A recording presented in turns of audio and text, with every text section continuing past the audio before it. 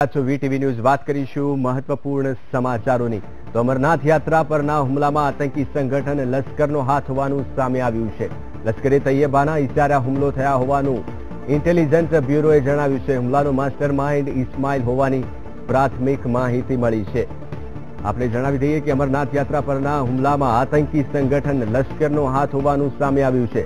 લશ્કરે તૈયબાના ઇશારા હુમલો કરાયો હોવાનું આઈબી દ્વારા જાણવા મળી રહ્યું છે। તો સમગ્ર હુમલાનો માસ્ટર માઇન્ડ ઇસ્માઇલ હોવાની પ્રાથમિક માહિતી પણ મળી છે। તો જે રીતે અમરનાથ યાત્રા પર હુમલો કરવામાં આવ્યો તેની જવાબદારી લશ્કરે લીધી છે। લશ્કરે તૈયબાના સંગઠને આ હુમલો કર્યો હોવાનું આઈબી દ્વારા જાણવા મળી રહ્યું છે। આપને જણાવી દઈએ કે અમરનાથ યાત્રા દરમિયાન બસ પર ફાયરિંગ કરવામાં આવ્યું, જેમાં 7 ગુજરાતીઓના મોત થયા છે। એરફોર્સના વિમાન મારફતે તમામ મૃતકોને ટૂંક સમયમાં ગુજરાત લવાશે। જો કે આ સમગ્ર હુમલાની જવાબદારી લશ્કરે તૈયબા દ્વારા કરાઈ હોવાનું આઈબી દ્વારા જાણવા મળી રહ્યું છે। તો અમરનાથ યાત્રા પર જે હુમલાનો માસ્ટર માઇન્ડ છે આતંકી સંગઠન લશ્કર સાથે જોડાયેલો છે ઇસ્માઇલ। લશ્કરે તૈયબા સાથે ઇસ્માઇલ સંકળાયેલો છે। આપ જે રીતે દ્રશ્યોમાં જોઈ શકો છો તે ઇસ્માઇલની તસવીર છે। ઇસ્માઇલ પાકિસ્તાનનો રહેવાસી છે।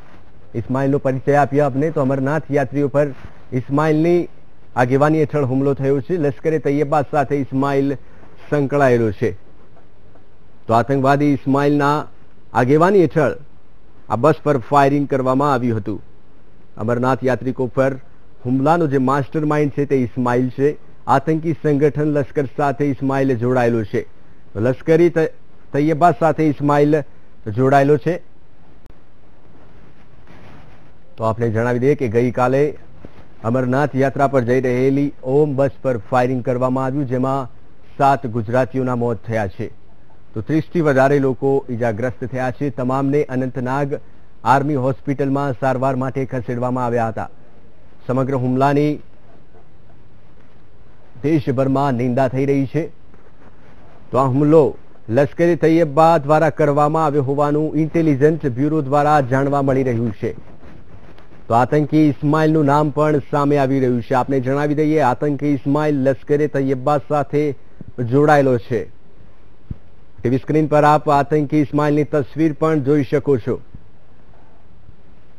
તો લશ્કરે તૈયબા સાથે જોડાયેલો છે આતંકી ઇસ્માઇલ, અને આતંકી ઇસ્માઇલની આગેવાનીમાં 30 જેટલા આતંકવાદીઓએ ગઈકાલે અમરનાથ યાત્રાએ જઈ રહેલી બસનો ઘેરાવો કર્યો હતો અને અંધાધૂંધ ગોળીબાર કર્યો હતો। नहीं है और यात्रा जैसा सरकार ने, लेकिन साथ साथ ये देखना है कि कैसे चूक हो गया,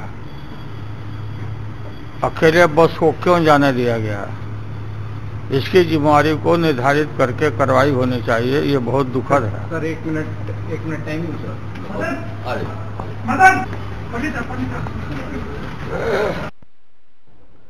તો આ તરફ લાલુ પ્રસાદ યાદવે પણ સમગ્ર ઘટનાને લઈને નિંદા કરી છે।